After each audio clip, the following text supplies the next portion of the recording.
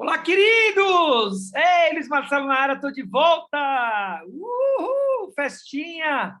Tudo bem? Eu estou bem, estou ótimo. Cara, primeira ID 144, imersão, estávamos lá envolvidos nisso, etc., em angariar o povo, reunir o pessoal, levar lá para Alto Paraíso. Cara, foi fantástico, foi demais, né? Ficar naquela fazenda durante praticamente 5 dias. E depois a gente já engatou com as previsões astrológicas, que foram ontem. Hoje começa o Plano 24, planejamento de 2023, começa com a revisão de 2022, Plano 24. Se te interessa, ainda há tempo, mesmo que você esteja escutando isso, talvez na terça ou quarta-feira da gravação, dá tempo de você entrar. Se faz sentido você planejar o seu ano, então esteja conosco. 14 mentorias, vou estar orientando o pessoal. Essa semana, revisão, semana que vem, planejamento. E nós vamos agora para o milionário consciente. É isso aí, dona Luzia Solange? É, dona Luzia Solange, que está lá como a contraparte feminina do Luiz Marcelo, mas que é LS, dona Luzia Solange. Não é? O que fala esse livro sobre o milionário consciente? Com certeza, como o milionário usa a sua fortuna consciente, né? Ser um milionário consciente.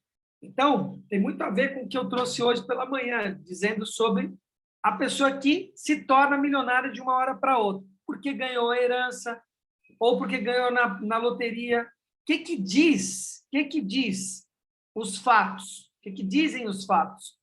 O que mostram os fatos? Mostram que essa pessoa, em pouco tempo, se mete um monte de confusão. Tem gente que perde a própria vida, a existência, faz a passagem por conta disso, porque tem inveja, tem disputa, casa com pessoas erradas, faz sociedade com pessoas tortas. A pessoa não está preparada. Você se tornar milionário, se tornar próspero, desbloquear a escassez, né? Ou seja, trazer a abundância e, a partir da abundância, saber lidar com essa abundância, tornando ela numa prosperidade, e, a partir da prosperidade, trazer sua renda passiva, e, a partir da renda passiva, a renda eterna, isso construído, conectado com o jorrar, de você estar devolvendo para a humanidade aquilo que o planeta te deu ou o Deus vivo te deu, esse fluxo. Isso se constrói, isso não é de uma hora para outra. Isso há de ter uma construção para que você se torne um milionário ou um bilionário consciente. Lembrando que você prosperar e você se tornar milionário, você pode ser um milionário espiritual, pode ser um milionário nos relacionamentos, no network ou na sua própria construção da sua família. Não, o milionário não é só milionário do milhão, físico e financeiro. Né? Certo? Hein, dona Luzia Solange? Preparada aí, filha? Então, solta essa bagaça. Bora lá. Vamos escutar.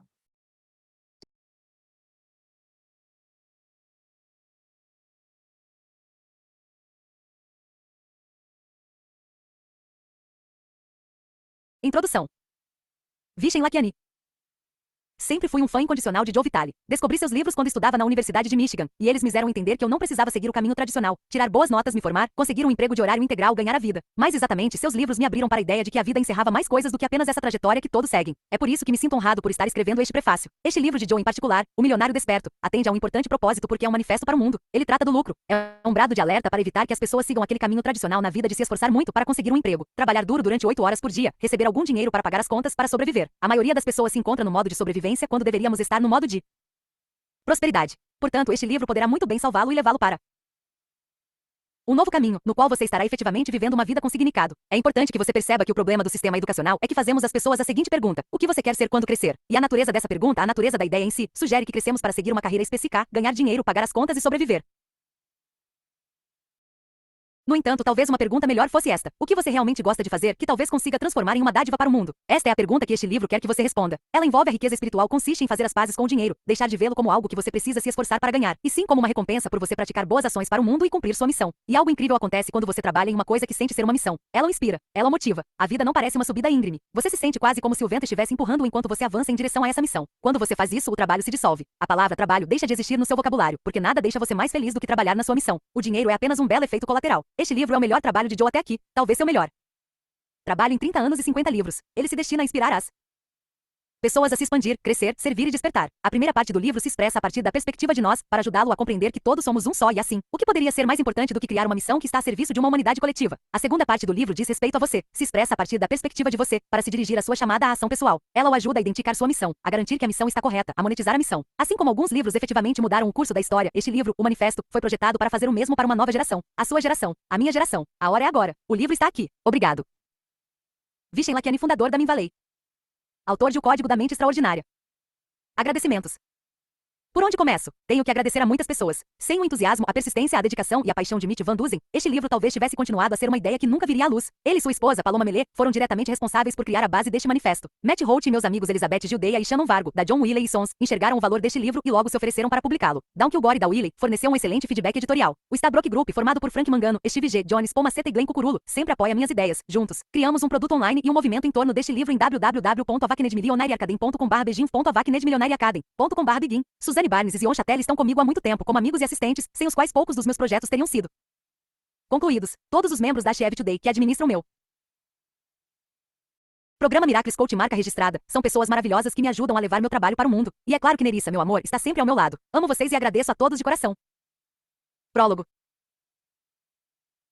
Uma batalha bizarra e esquizofrênica está se alastrando impetuosamente na sua cabeça. Você está na linha de frente, com uma arma nas mãos cobertas de bolhas, enquanto dispara fanática e continuamente em um ofuscante nevoeiro. Você não consegue enxergar além dele. Mas o inimigo está lá, ameaçador, um cão raivoso. Você às vezes avista uma sombra cintilando através da névoa, um lampejo de movimento sem forma de nida. Você quer acreditar que divisa rostos, corpos e árvores, mas nada está claro, com exceção da batalha. A batalha é um animal monstruoso, impossível de ignorar. O inimigo também deve ser um animal desse tipo. Mas tudo que você sabe a respeito do inimigo é o nevoeiro que o esconde. O nevoeiro que nunca desaparece. Ele é tão persistente quanto você. Você avista à sua esquerda e à sua direita longas filas de homens e mulheres, envolvidos na mesma compulsão, com o mesmo vigor. Alguns gritam ferozmente, borrifando ondas de balas no nevoeiro. Alguns simplesmente continuam a disparar, estoicamente empenhados. Nenhum deles parece ser um soldado experiente ou um lutador treinado. Vocês são todos apenas pessoas. Todos parecem calejados pela exaustão. Você está cansado, seus ossos estão fatigados e sua alma está fraquejante. Calos mancham suas mãos. Sua roupa está cheia de terra. Seus ombros estão tensos e retorcidos, a aparência de alguém que abraça um rio permanentemente. Ainda assim, ninguém ousa descansar. O inimigo está lá. A guerra é real. A situação é extremamente arriscada. Isso é tudo que você precisa saber. Você não se lembra de quando essa guerra começou. Você não se lembra do rosto do inimigo contra quem está lutando. Você não se lembra da última vez que se deitou. Você foi abalado por dúvidas, mas sua convicção nunca o abandonou. Você não cede às dúvidas. Você está lutando pelo bem. Está lutando pelo que é certo. Está lutando pela sua sobrevivência. Isso é tudo que você precisa lembrar, para nunca desistir. Você precisa permanecer e seguir em frente. E é o que você faz. Você faz uma breve pausa e descansa os olhos, e então sente uma mão quente encostar no seu ombro.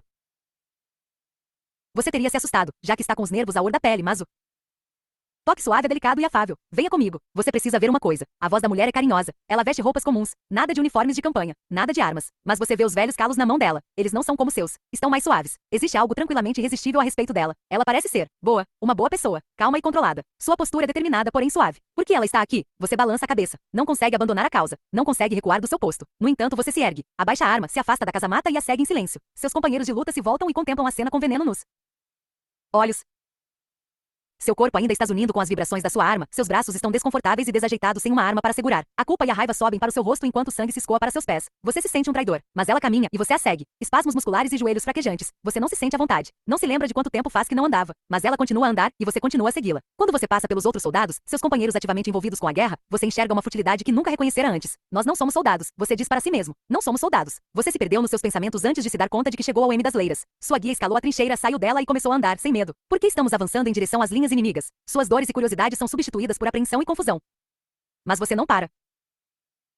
O medo faz o sangue ir para o rosto. Você se sente tonto, mas não diz nada. Fica apavorado, mas continua a andar. Para onde ela está levando você? Nesse momento ela para, apontando para um pequeno monte à sua direita, e faz um gesto na direção dele com a mão aberta. Você sobe silenciosamente o monte na frente dela. Ela caminha junto a você, acompanhando confortavelmente o seu ritmo tenso. A sensação é benigna e compassiva. No cume você se volta. Lá está ele, o campo de batalha. Como você nunca imaginou. À esquerda, você vê a luz cintilante dos clarões de disparo envolvidos pelo nevoeiro, as armas dos seus companheiros soldados atirando com furioso desespero.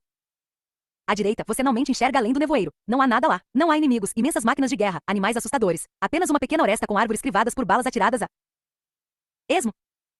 A exclamação involuntária que escapa da sua boca o surpreende quase tanto quanto aquilo que você vê à sua frente. Cada músculo do seu corpo trepida de horror. Seus olhos arregalados pressionam insistentemente suas órbitas. Não há nada lá. Impulsivamente você agarra a mão dela e a aperta com feroz confusão. A sua intenção é dar um grito, mas o que emerge é apenas um sussurro forçado. Por que estivemos lutando? Ela volta a cabeça na sua direção com ternura nos olhos. Por amor ao dinheiro.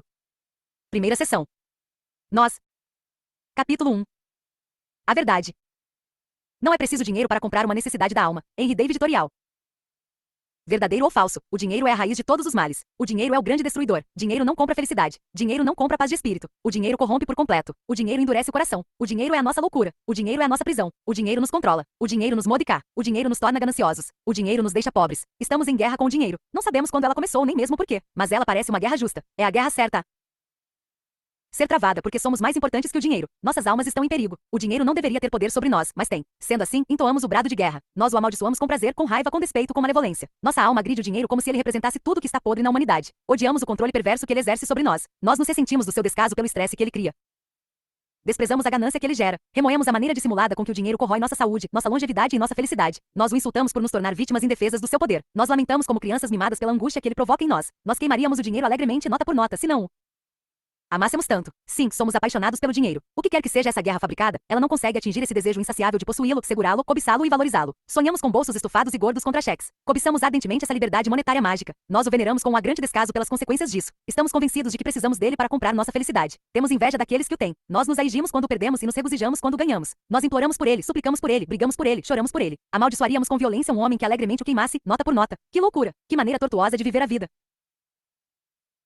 Se tivéssemos o mesmo tipo de relacionamento com as pessoas de quem nos enamoramos, ele seria disfuncional e emocionalmente abusivo. Eu a amo, preciso de você, quero mais de você. Você me causa repugnância, me perverte. Você é minha, toda minha. Você ama todo mundo menos eu. Temos um relacionamento com o dinheiro, quer gostemos disso ou não. Ele não vai embora. Ele não vai morrer. Vivemos com o dinheiro e o dinheiro vive conosco. Contudo, lutamos e nos debatemos incessantemente. Esse ciclo vicioso parece ser nosso destino. E no entanto, enquanto lutamos, nos debatemos, amamos e odiamos. Há um pequeno grupo de pessoas que possuem dinheiro, o mantêm e não precisam dele. Pessoas saturadas de prosperidade, que têm tudo o que poderiam desejar. Tudo, inclusive missão e propósito. Pessoas que vivenciam um profundo sucesso, enquanto o dinheiro é a menor das suas paixões. Elas não amam nem odeiam o dinheiro. Elas não se debatem com o dinheiro nem lutam com ele. Elas o controlam, mas ao mesmo tempo o respeitam. Elas não brigam por ele, mas fazem doações com ele. E de algum modo continuam a ganhá-lo. Entretanto, essa abordagem esclarecida da questão está longe de ser a norma. E não temos nenhuma ajuda do mundo à nossa volta para obter esse esclarecimento, muito menos reconhecer o potencial para o esclarecimento. Vamos ver como o veneno mental mantém esse esclarecimento afastado. Um homem dirige pela Route 180 em St. Louis, Missouri, a caminho do trabalho. De repente começa a sair fumaça do capô do seu Toyota Corolla 1993. Ele não tem dinheiro para pagar o conserto, mas se não encontrar alguma outra forma de chegar ao trabalho, não receberá seu salário, que é pago por hora trabalhada. Como ele não tem cartão de crédito ou qualquer outro recurso alternativo, vai direto até a nanceira mais próxima, que oferece empréstimos que podem ser quitados no dia do pagamento do salário. Em poucas horas, ele consegue $500 e leva seu Corolla até uma oficina. 2 semanas depois, ele recebe seu pagamento, mas não consegue reunir o dinheiro necessário para pagar o empréstimo. Em um dia, a dívida se transforma em $644 e aumenta descomunalmente nos meses seguintes. A nanceira que emprestou o dinheiro por M entra com uma ação contra ele, e ele perde tudo o que tem, inclusive o emprego. Ele chega à conclusão de que o dinheiro é maligno. 2 irmãs estão no escritório de um advogado para ouvir a leitura do testamento da mãe. Elas então ficam sabendo que a irmã mais velha ficou com a maior parte do espólio da mãe e que a menor parte, destinada à mais nova, está bloqueada em um cofre. Posteriormente, na casa da irmã mais velha, a irmã mais nova pergunta por que ela foi tão pouco recompensada no testamento. A mais velha, cautelosamente, faz comentários sobre os problemas da mais nova com drogas e álcool bem como sobre o fato de ela não ter ido visitar a mãe nos seus últimos meses de vida. A mais nova tem um ataque de raiva tão terrível que elas param de falar uma com a outra. Mesmo após a reconciliação, anos depois, a mais nova ainda sente rancor. A mais velha se sente eternamente culpada por ter ficado com a maior parte da herança, mas em nenhum momento oferece ajuda financeira à irmã, com medo de insultá-la. Elas chegam à conclusão de que o dinheiro é o grande destruidor. Todos os dias, durante 23 anos, um homem começa seu dia na delicatessen do seu bairro, tomando um café, comendo um sanduíche e comprando um bilhete da loteria. Ele não tem muito dinheiro e por isso, raramente compra o bilhete mais caro, mas depois de gastar milhares de dólares em bilhetes da loteria ao longo dos anos, ele ganha o prêmio máximo. Quando deve escolher entre receber o prêmio em 26 parcelas anuais ou tudo de uma só vez, escolhe receber tudo em uma única parcela. Ele quer ver $3 milhões na sua conta bancária, por ter sido um menino que na infância não sabia se teria água quente na torneira. Quando fosse tomar banho, que era ridicularizado por usar roupas de segunda mão 2 números acima do dele, ele decide mostrar a todo mundo o que nunca teve. Compra uma casa, um belo carro e um barco e conhece a mulher com quem acaba se casando. Compra também uma casa para os pais. Não para de viajar para os lugares mais exóticos. Doa dinheiro para as comunidades do bairro. 5 anos depois, sua conta bancária está zerada. Ele vende a casa, o carro e o barco. Sua mulher vai embora e com o tempo ele volta a trabalhar e a frequentar outra delicatessen. O homem chega à conclusão de que dinheiro não compra felicidade. Uma mãe solteira tem 2 empregos para conseguir criar os ios. Ela não consegue se lembrar da última vez em que não estava trabalhando, cozinhando ou limpando a casa. A cada mês a pilha de contas fica mais alta e cada envelope branco com uma janela transparente que ela retira da caixa de correio representa outro momento, entre milhares, em que ela sente um aperto no coração. Não há nenhum desfecho à vista. E à medida Que a aposentadoria se parece cada vez mais com um conto de fadas que seus pais lhe contaram, ela não consegue enxergar um M para tudo isso. Essa mãe chega à conclusão de que o dinheiro é nossa prisão. Um rapaz trabalha para uma empresa de que não gosta, vende um produto no qual não acredita e fala sem alegria e sem entusiasmo com seus possíveis clientes. Ele sofre no trabalho, não consegue ganhar quanto precisa e sofre para pagar as contas. Com o tempo, ele perde o autorrespeito, a família e a saúde. Ele chega à conclusão de que o dinheiro nos torna gananciosos. Uma mulher abre o próprio negócio. Desconhecendo suas convicções ocultas a respeito do dinheiro e do sucesso, ela injeta no negócio todas as suas economias e os empréstimos que consegue levantar. Quando este não dá certo, ela pega mais dinheiro emprestado, gasta até o limite dos cartões de crédito e luta para sobreviver. Sem um despertar, ela vai à falência. Ela chega à conclusão de que o dinheiro nos faz ficar pobres. Mas o que essas almas bem-intencionadas concluíram são fatos ou crenças? Muitos de nós acreditamos que o que pensamos são verdades, quando, na realidade, são crenças compartilhadas que não se sustentam quando analisadas mais profundamente. As crenças criam nossa realidade, influenciam o que vemos, filtram os fatos. E muitos de nós acabamos pensando que precisamos lutar, passar fome e ansiar por uma vida melhor. No entanto, nesses muitos momentos que tantos de nós compartilhamos, contemplamos o outro lado com inveja. Pessoas que descobriram uma maneira de se libertar dos grilhões do dinheiro. Achamos que as pessoas desapegadas ao dinheiro são melhores do que jamais poderíamos ser. Sentimos vergonha por não conseguirmos ser tão audaciosos. Existem as almas corajosas que, em um momento de orientação divina, largam o emprego, vendem suas casas e todos os seus pertences e partem em uma jornada sem saber quando ou se um dia voltarão, sem a ameaça do dinheiro mordendo seus calcanhares. Admiramos sua coragem. Vemos pessoas espiritualmente devotas que abraçam uma vida de pobreza e entregam a alma a Deus e ao bem maior. Elas passam a vida sem nenhum luxo, a não ser pelo luxo maior, da liberdade e da nobre pureza. Elas são dádivas ambulantes de altruísmo. Labutam em países assolados pela guerra, ajudando pessoas que se encontram nas mais desesperadas e desprezíveis condições, indiferentes à ameaça do líder militar que espreita nas proximidades em busca de um novo corpo para arrebatar. Admiramos a sua pureza. Vemos os poetas, os artistas lendários, que romanticamente recusam dinheiro para se casar com sua divina musa. Eles toleram a pobreza, a comida ou a roupa escassa e a ameaça da rejeição em prol da emoção absoluta de seguir sua paixão. Sua paixão, que ideia maravilhosa dedicar-se a uma causa tão valiosa. A paixão que não é reprimida por aquilo que o restante de nós sofre todos os dias, necessidade e escassez. Esses espíritos elevados não têm necessidades nem sofrem com a escassez. É como se eles bebessem o ar, fossem permeados pelo sol e nisso encontrassem toda a nutrição de que precisam para manter a vida, como videiras silvestres que respeitosamente se estendem para cima para reverenciar o céu. Admiramos sua perseverança. E aqui nos sentamos com montanhas de contas para pagar à nossa esquerda enquanto olhamos anelantes, à direita, para essas almas intrépidas que se estendem livres em um mundo sem preocupações financeiras. Elas podem sofrer, podem enfrentar dificuldades, podem passar dias famintas, mas são livres. São baluartes de uma vida apaixonada. São a personificação do que realmente significa estar vivo. Elas vivem a vida no limite. São possuídas por uma missão irrestrita. São verdadeiras servidoras do divino. Mas qual é a crença mais insidiosa de todas?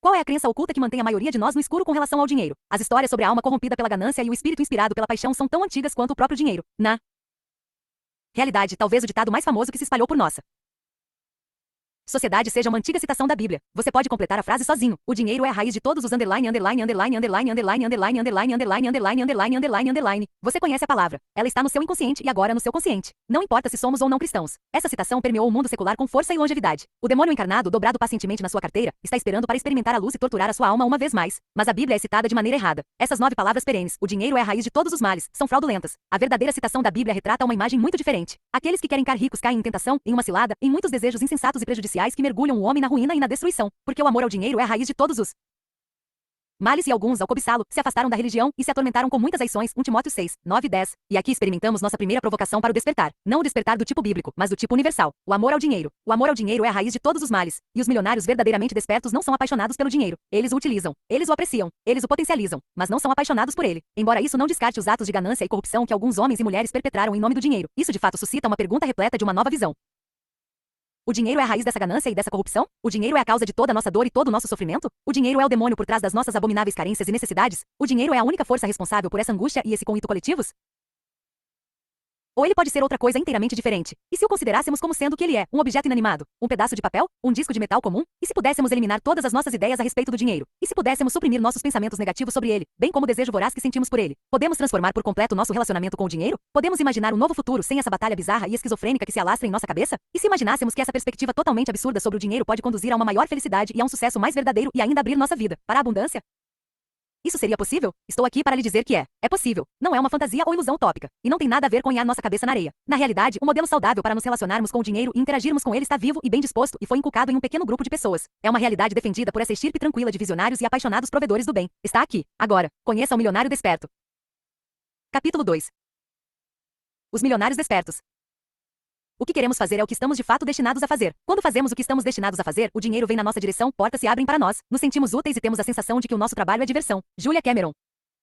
Wei Ziyang, você provavelmente nunca ouviu falar nele, mas ele escreveu no início da década de 1930, um dos mais influentes livros de autoajuda da época, A Fortune to Share. Yang ganhou uma fortuna no setor de seguros de vida, e isso foi durante a Grande Depressão, quando outras pessoas enfrentavam dificuldades, passavam fome e algumas até cometiam suicídio, e escreveu seus livros para ensinar as pessoas a se preocuparem com os outros, serem felizes agora e realmente servirem. Seus livros ainda são relevantes e atuais, embora Yang já tenha partido há muito tempo. Bruce Barton foi um dia chamado de o homem que todo mundo conhece. Ele foi um madman pioneiro que não era louco.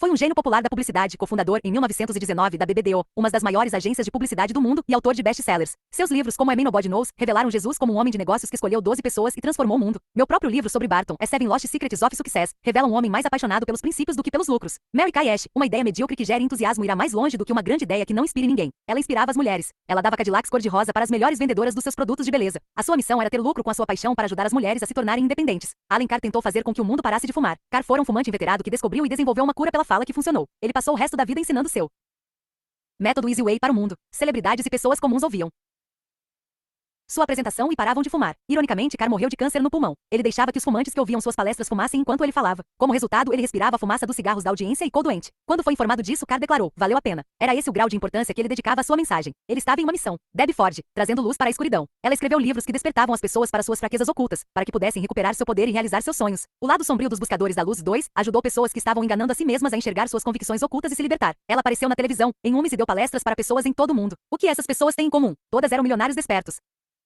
Elas não formam uma organização ou um clube, não se encontram em reuniões de cúpula anuais. Elas não têm um mandato. Em muitos casos, talvez nem mesmo tenham consciência do que são. Elas simplesmente são. Esses visionários práticos vivem de acordo com um credo bizarro. Bizarro apenas porque ficaremos surpresos com sua fórmula. Ele representa uma completa ruptura com o que consideramos como fato a partir de uma convicção tão desgastada que não permite que enxerguemos nada além de um denso nevoeiro. Alma mais dinheiro igual mais alma mais dinheiro. A alma crescida de dinheiro é igual a uma alma maior e mais dinheiro. Nosso primeiro instinto é rejeitar inteiramente essa fórmula. O amor ao dinheiro é nocivo. O dinheiro destrói. Ele corrompe. Ele cega. Ele certamente não expande a alma. O que observamos sistematicamente é que o dinheiro mata a alma. Mas, parece loucura imaginar que o dinheiro e a alma não apenas trabalham juntos em harmonia, mas que também produzem mais de ambos como resultado. No entanto, temos exemplos vivos desse modo de vida, desse relacionamento muito diferente com o dinheiro, dessa visão de paixão e propósito. Temos os milionários despertos, e cada passo que eles dão reforça a ideia expressa nessa fórmula. Eles não são criaturas sobrenaturais. Não são os heróis de uma lenda. Eles vivem uma vida muito real, que poderá parecer simples ou corriqueira para o observador casual. No entanto, é quando retiramos as camadas que percebemos o funcionamento interno desse novo paradigma que está esperando pelo restante de nós. Não é o amor pelo dinheiro que os motiva. É uma visão singular. Não é o desejo por mais dinheiro que os inspira. É o desejo de compartilhar sua paixão. Não é a consolidação do conforto material que os mantém remes. É a consolidação do propósito. Não é a luz de objetos reluzentes e novos brinquedos vistosos que os guia. É a luz de uma missão. Esta pode parecer a lista de qualidades de um santo, mas não diz respeito à santidade. Os milionários despertos têm um tipo de espiritualidade na sua essência. A forma como essa espiritualidade se manifesta procede inteiramente da pessoa, como deve ser. Quer se conectem com um poder superior específico, quer tenham a percepção de algo poderoso fora de si mesmos. Isso pode ou não estar associado à religião. Na maioria dos casos, os milionários despertos têm suas próprias conexões com um grande algo que é especial para eles. Eles têm um relacionamento pessoal com seu próprio senso de origem. Quando eles caminham, estão na igreja. Quando falam, estão rezando. Quando trabalham, estão praticando a devoção. Além disso, cada pessoa decide o que é sua espiritualidade, o que pode incluir ou não a participação em uma religião particular. Por estarem despertos, eles compreendem que são a espiritualidade que procuram. Os milionários despertos não são apenas seres nobres, são seres nobres que utilizam o dinheiro como um instrumento para cumprir sua missão. Dinheiro, uma ferramenta da alma. Dinheiro, um colaborador da alma. Dinheiro, um funil que canaliza a luz difusa da nossa alma para o mundo tangível com consequências tangíveis. Embora os milionários despertos percebam que o dinheiro ui com facilidade para eles e a partir deles, eles não ganham nem gastam dinheiro apenas consigo mesmos e com sua família. Por trás da sua paixão, por trás do seu propósito e por trás da sua missão, concretizada com dinheiro e realização, existe a solene conscientização de que eles podem, dessa forma, realizar o que os instiga. Nossa paixão consiste dos fortes sentimentos amorosos que se agitam dentro de nós. É o nosso desejo profundo. Nosso propósito não é simplesmente o que queremos. Ele alude à razão da nossa existência. E a nossa missão é um profundo propósito acompanhado por uma apaixonada convicção. É a nossa vocação. Paixão mais propósito igual missão. Nosso relacionamento coletivo com o dinheiro está nos derrubando. Esse amor e esse ódio, e as centelhas que se espalham quando os dois dançam, não agridem apenas a pessoa que sofre. Eles se propagam como danos colaterais para aqueles que nos cercam, para a comunidade e para a sociedade como um todo. Alguns milionários do mundo atual podem ter uma paixão, mas alguns têm paixão por dinheiro e praticamente por nada mais. Lamentavelmente, os estereótipos negativos a respeito do dinheiro muitas vezes se aplicam a eles. A sua corrupção, os abusos da lei e as irregularidades que eles praticam contra as pessoas, bem como sua ganância, são com frequência a origem das nossas arraigadas opiniões a respeito do dinheiro e de como ele nos afeta. Os milionários despertos enxergam bem além disso. Eles estão despertos para seu propósito, sua paixão e sua missão, e seu próspero relacionamento com o dinheiro vem em seguida. Sejamos claros, não precisamos ser literalmente milionários para nos tornarmos milionários despertos. Podemos ter milhões no banco, até mesmo bilhões, ou apenas alguns poucos milhares. Precisamos olhar para nós mesmos para entender o que prosperidade significa para nós como pessoas. Precisamos imaginar holisticamente a prosperidade. A abundância não envolve, nem deveria envolver, apenas as nanças. Somente nós sabemos o que nos proporcionará significado, alegria e um sentimento de prosperidade. Então por que usar o termo milionário? Porque milionário é um conceito, uma metáfora. O milionário é há muito tempo a obsessão da nossa sociedade, o símbolo supremo da pessoa completa e realizada. A pessoa que queremos ser, que ansiamos ardentemente ser, de quem sentimos inveja ou por quem sentimos um ódio mortal. Precisamos resgatar a palavra milionário. Precisamos despila da sua doentia mancha monetária e pintá-la com um propósito mais profundo, um propósito que esteja à altura do que o dinheiro realmente pode se tornar. Vamos deixar que ele renasça como uma inspiração para nós. O milionário desperto que se propõe ganhar o máximo de dinheiro desperto possível para reforçar o impacto das suas paixões. Alma mais dinheiro igual mais alma mais dinheiro. Este é um novo brado de convocação, não para a batalha, mas para a prosperidade em todos os sentidos. Capítulo 3. Um despertar. Se uma pessoa corrigir sua atitude com relação ao dinheiro, isso ajudará a endireitar quase todas as outras áreas da sua vida. Billy Graham. Uma verdadeira história de despertar. A década de 1960 não foi fácil para muitas pessoas nos Estados Unidos. Trabalhando nas estradas de ferro, o menino conheceu o trabalho pesado em tenra idade. Seu pai era do tipo que não faltava um único dia ao trabalho e pôs-o para trabalhar aos 5 anos de idade. Quando não estava na escola, ele trabalhava nos trilhos. O trabalho era gratificante à sua própria maneira, já que o menino recebia $1 por hora e ganhava o almoço de graça, mas não era o estímulo que uma criança desejava. Não havia muito o que falar sobre sua cidade rural em Ohio. William M. Kinney nascera lá. E a biblioteca pública, o memorial para o presidente americano, era uma atração turística. Sua família era profundamente radicada nos valores da classe trabalhadora. O menino via o sofrimento e a aição no rosto dos habitantes do local e ouvia as histórias quando os vizinhos passavam na sua casa para tomar uma xícara de café ou iam lá depois do trabalho para beber um pouco de vinho caseiro. Todos enfrentavam dificuldades. A televisão pouco nítida da sua casa narrava histórias semelhantes. Até mesmo comédias de sucesso como Gilligan's Island, A Ilha dos Birutas, inocentemente programavam as pessoas para achar que os ricos eram gananciosos e antipáticos. E séries da televisão de grande audiência, como a FBI Story, a história do FBI, ensinavam que as pessoas fazem coisas horríveis para conseguir dinheiro. Outras séries da televisão, como a Rockford Files, Arquivo Confidencial, transmitiam a ideia de que o dinheiro corrompia as pessoas. A programação era insidiosa, mas poucos reparavam nisso. Afinal de contas, tudo não passava de simples divertimento. Desde tenra idade, ele sabia que queria ser escritor, em parte por causa do mito que envolve a vida do escritor, as aventuras impermeáveis ao tédio da vida da maioria das pessoas. Ele leu livros de Jack London e livros sobre o escritor e ansiava por uma vida com emoções intensas. Viajar por toda parte, conhecer cidades exóticas e se enlaçar com monstros lendários eram pensamentos cativantes que mal podiam caber naquele menino de cidade pequena. Mas parte disso vinha do seu desejo de compartilhar alegria. Ele queria fazer com que as pessoas se sentissem melhor. É difícil para um menino entender as complexidades dos fatos e dos motivos por trás do sofrimento das pessoas, mas era fácil compreender os rostos abatidos e o cheiro de tristeza. Ele queria tornar as pessoas felizes. Ele queria escrever comédias ou peças humorísticas para fazer as pessoas sorrirem. Ele queria escrever livros que as inspirassem a tentar encontrar uma vida mais feliz. Estava cansado de presenciar o pessimismo e sentir sua própria tristeza diante dos conritos da vida. Queria fazer a diferença com o que escrevesse. A comichão do escritor se espalhou mais profundamente dentro dele à medida que crescia. O peso do mundo à sua volta fez com que essa comichão se espalhasse mais depressa. Ele não sabia como seria quando escrevesse, mas sabia que queria escrever, e também sabia que queria fazer as pessoas felizes.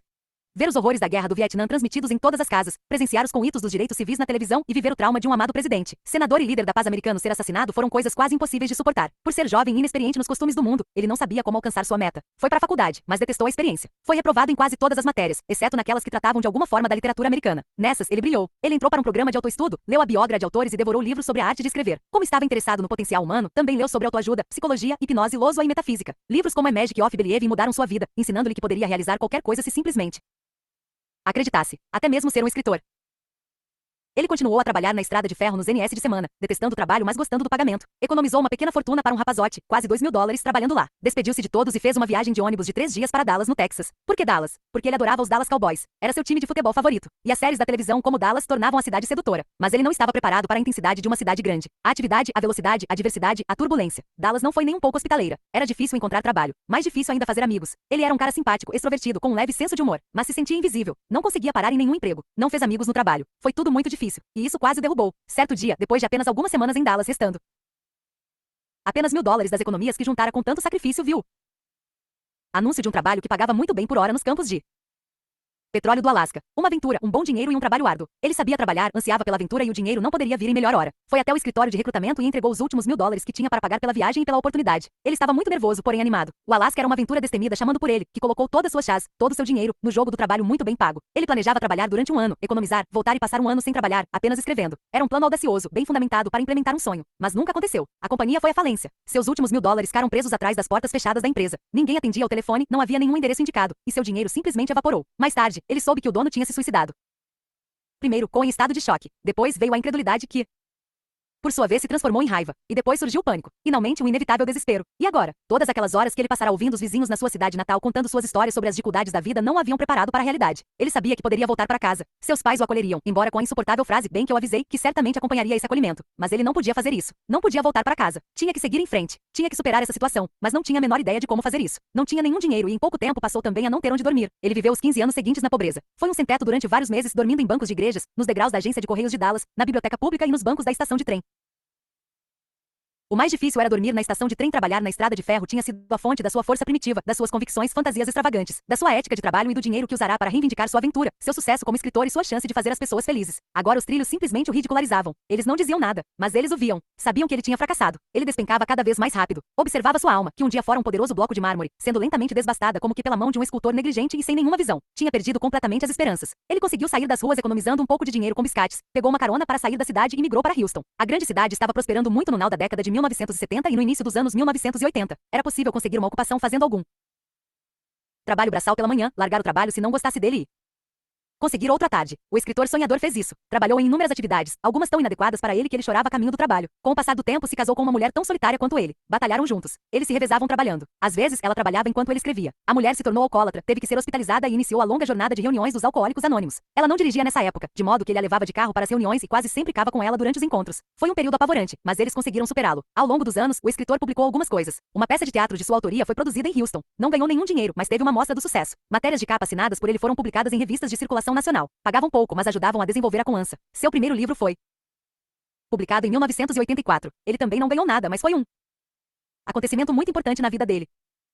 Enquanto ele insistia em perseguir seu sonho, boas oportunidades surgiram. Alguém que ele conhecia o apresentou a um rico homem de negócios. O escritor foi bem pago para ser o ghostwriter do livro desse homem. Aí surgiu a internet, e o escritor postou suas palavras na rede. As coisas começaram a se acelerar. Pouco a pouco, o sucesso começou a se aproximar. O sol começou a brilhar. À medida que os anos se passaram, ele foi ficando mais conhecido, publicou mais livros e foi convidado para participar de um filme que mudou o mundo, chamado Segredo. Por quê? Como? Nos momentos do mais profundo desespero, quando nossa alma está aprisionada em um viscoso lodo primordial, não existe momentum, não existe movimento. Tudo parece estar encarcerado na escuridão. Desafortunadamente, alguns apodrecem nesse denso desespero. Mas se isso não acontece, o que o tira daí? Como você escapa? Isso requer uma força sobrenatural que está enterrada dentro de nós. A mesma força que motiva o milionário desperto. A mesma força que esse rapaz usou para finalmente escapar e prosperar. Paixão, propósito, missão. Sua paixão era ser escritor. Seu propósito era fazer as pessoas felizes. Juntos, eles formam a missão existencial que finalmente o puxou para fora do lodo. Foram necessários anos. Anos de trabalho, anos de esforço, anos de dedicação. Mas ele conseguiu. Ele se tornou o escritor que almejava ser. Fez milhões de pessoas felizes. E embora o dinheiro não fosse seu principal objetivo, ele ganhou milhões fazendo isso. Quando ele era pobre, em Houston, sua mulher quebrou um vidro de molho de tomate que seria usado para preparar a refeição especial da semana deles. Ele não tinha o dinheiro necessário para comprar outro vidro. Hoje ele tem milhões de dólares, suficientes para comprar um mar de molho, se ele quisesse. Mas mesmo com essa prosperidade, sua paixão continua a mesma. Seu propósito é o mesmo. Sua missão é a mesma.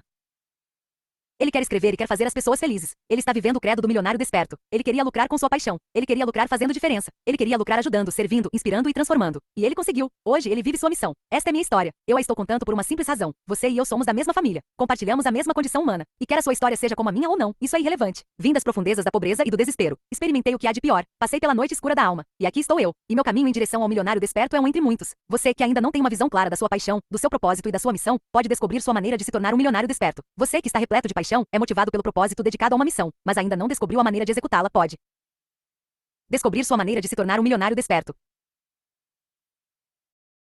Você que tentou repetidamente sem descanso e nunca conseguiu dar vida à sua paixão e ao seu propósito, pode descobrir sua maneira de se tornar um milionário desperto. Você que já vive a prosperidade financeira, mas que carece da paixão, do propósito e da missão, pode descobrir sua maneira de se tornar um milionário desperto. Não importa o caminho por onde viemos, o credo do milionário desperto, o caminho do milionário desperto e a visão do milionário desperto estão facilmente disponíveis a todos. Se todos nos reuníssemos em um lugar e compartilhássemos nossas histórias, elas seriam uma confusão extravagante e imprevisível. Mas, independentemente do nosso ponto de partida, dos nossos 10 aos das nossas paixões e das nossas visões, todos podemos seguir o caminho para nos tornarmos milionários despertos, porque a origem dele é simples. O caminho para que nos tornemos milionários despertos não é complicado, mas precisa ser edicado sobre 4 pilares que são os seguintes.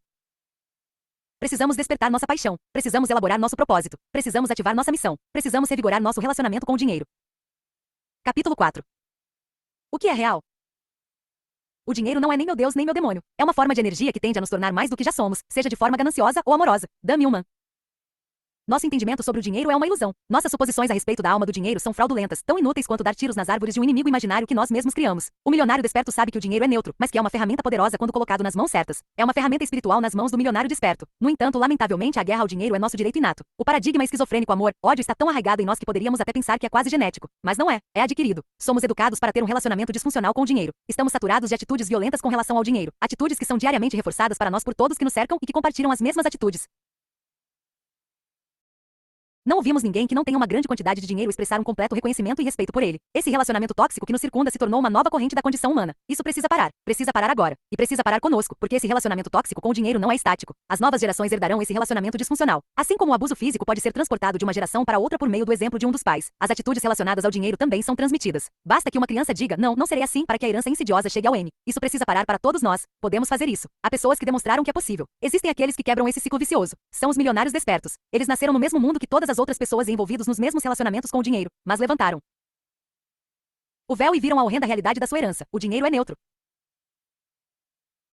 É difícil imaginar como podemos abandonar todas as nossas fantasias a respeito do que é o dinheiro e aceitar que ele é neutro. Uma das maneiras é imaginar como a humanidade conseguia funcionar antes de a moeda corrente ser inventada e procurar entender o motivo para sua invenção. Até 1500 a.C., o dinheiro era apenas gado, carneiros ou porcos. O dinheiro vivo era um meio de troca. Mais tarde, os fenícios inventaram o dinheiro de metal. Para torná-lo ainda mais valioso, o metal se tornou a prata, o cobre e, é claro, o ouro. Mais tarde ainda, em 1656, Johann Paulstruch inventou o papel moeda. Esse tipo de dinheiro não decolou imediatamente, já que a moeda ainda era venerada e requerida. Benjamin Franklin foi fundamental ao sugerir que o papel moeda fosse usado nos negócios. Nessa época, a moeda corrente foi aceita e se tornou a norma nos Estados Unidos.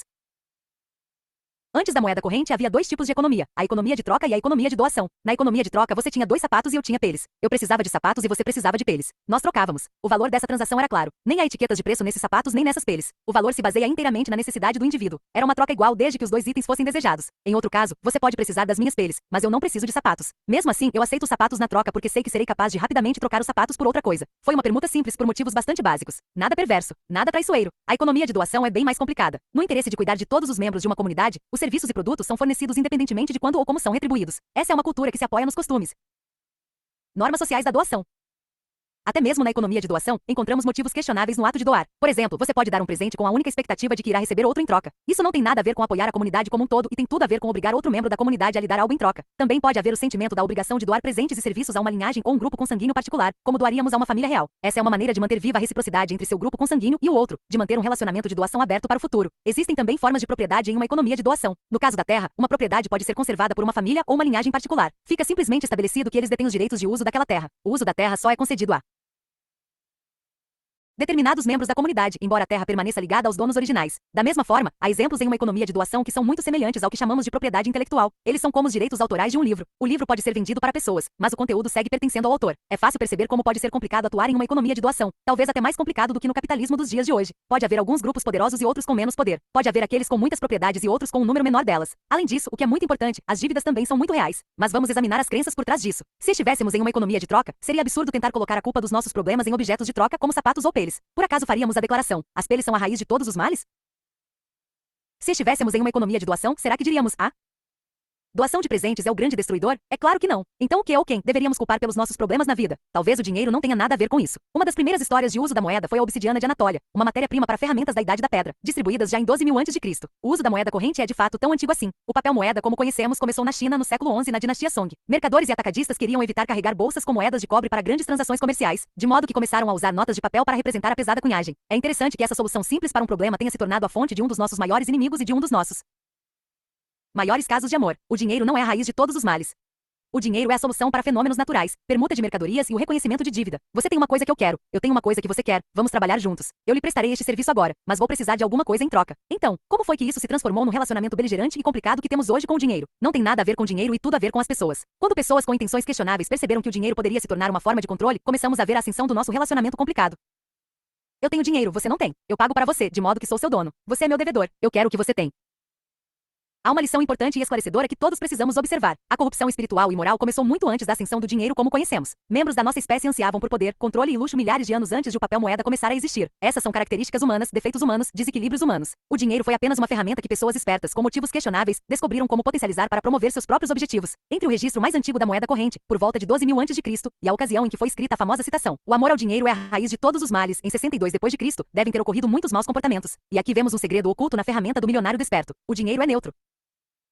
Uma vez que ele não nos controla mais, uma vez que nós não o controlamos mais, um novo cenário está preparado para que uma mudança monumental aconteça. Surge a oportunidade, e muitas coisas antes impossíveis se tornam possíveis. Isso pode ser feito. Precisamos fazer isso de uma vez por todas. E para fazer isso, precisamos nos apresentar novamente ao dinheiro. Precisamos examinar profundamente a alma do dinheiro e compreender que ele não tem alma. Ele não é capaz de ter uma alma. Ele é simplesmente um objeto. Somos nós que damos uma alma a ele. A nossa alma. O dinheiro é neutro. O dinheiro é um receptáculo vazio esperando para ser preenchido. Preenchido com o quê? Com nossas intenções, nossa missão, nossa paixão, nossa alma. O milionário desperto entende que o dinheiro é uma ferramenta destinada a causar um impacto positivo. E precisamos de mais impactos positivos neste mundo. Isso significa que precisamos de um novo despertar dentro de nós como pessoas quando compreendemos que aquilo que é visto como nosso Senhor ameaçador está destinado a se tornar a ferramenta com hábil que as pessoas boas usam para missões apaixonadas. É isso que precisamos defender, agora e até o M da nossa vida. Precisamos reconhecer que o que temos diante de nós é, de muitas maneiras, a força mais poderosa para o bem à nossa disposição.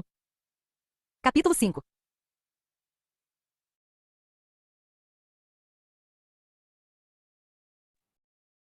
Pronto, encerramos por aqui.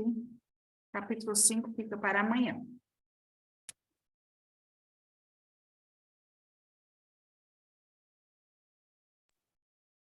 Calma aí.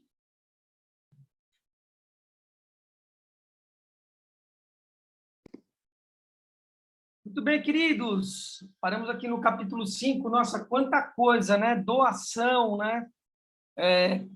Como você desenvolver, né, a sua capacidade. Ele trouxe uma série de ferramentas, né, para que você possa estar constituindo isso, né, começar a dar o início a isso, né, nesses 4 capítulos, né, iniciais. O que ficou para vocês aí?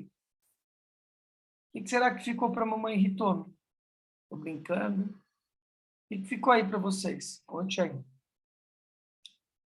E o dinheiro é importante, é neutro, você pode ter utilização para todo lado, para toda qualquer coisa com seus sonhos, realizações dos seus sonhos. Ele não pensa, nós pensamos por ele. Isso aí. O que mais? E que quando a gente está na nossa missão, né, que ele vem como uma consequência, que ele não é isso, exatamente. Que tem que estar prazeroso, né? Fazer algo que te dá prazer, mais do que isso, né? Talvez ele aprofunde isso, que está ligado com esse jorrar dos seus dons e talentos, que a gente vem falando sempre, né? E as virtudes como ferramenta de trabalho, né?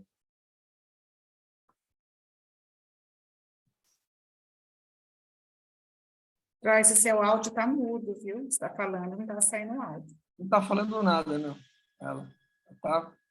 Ela tá mudinha mesmo. Ela quer falar, eu acho.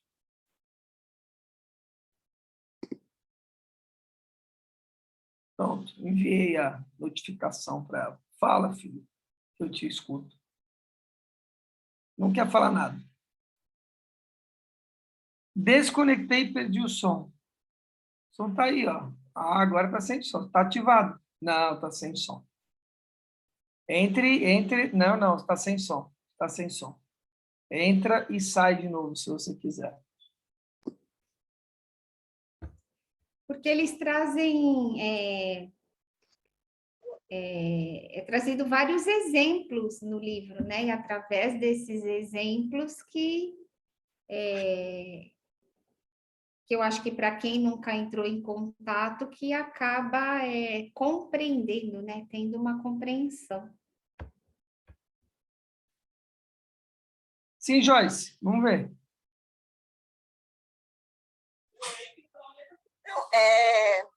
Porque, na verdade, a gente tem crenças limitantes, a gente cresce ouvindo essas frases todas limitantes a respeito do dinheiro, né? E a gente não consegue entender que isso é neutro. Basicamente, a gente precisa desses exemplos para introjetar.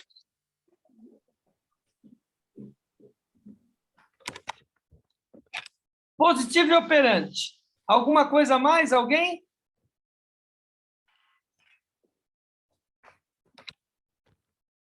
Estava lendo aqui essa parte que precisamos despertar nossa paixão, elaborar nosso propósito, ativar nossa missão e revigorar nosso relacionamento com o dinheiro. O dinheiro bom administrado, a gente tendo um bom relacionamento com ele, tudo se perde. sonho, missão, propósito. Tudo se cresce. Segredo de uma mente milionária, né? Trabalhar que é a relação com esse dinheiro, né? Mas, sobretudo, outra coisa que a gente vem falando bastante aqui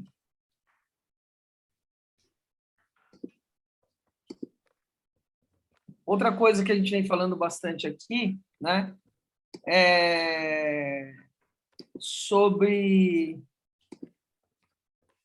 a importância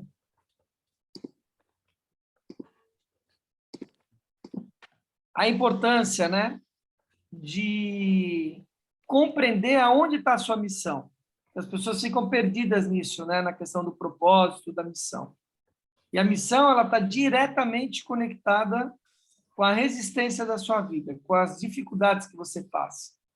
Porque é ali que você vai aprender. É esse lugar que você vai ter um manancial para poder estar trazendo para a humanidade, né? São dicas aí importantes, né? Porque não é só, eu gosto de vender água de coco na praia, porque eu não faço nada, não gosto de trabalhar, vou ficar lá na praia vendendo água de coco. Não é assim, né? Tem que compreender, é produção que você vai fazer uma diferença para o outro, para a humanidade, que você está trazendo, que só você tem essa qualidade. Esse é o diferencial, é isso que vai fazer a sua marca, seu brand, que ninguém mais faz, só você, seu DNA, sua digital, né? Que ninguém mais tem. Esse é o diferencial.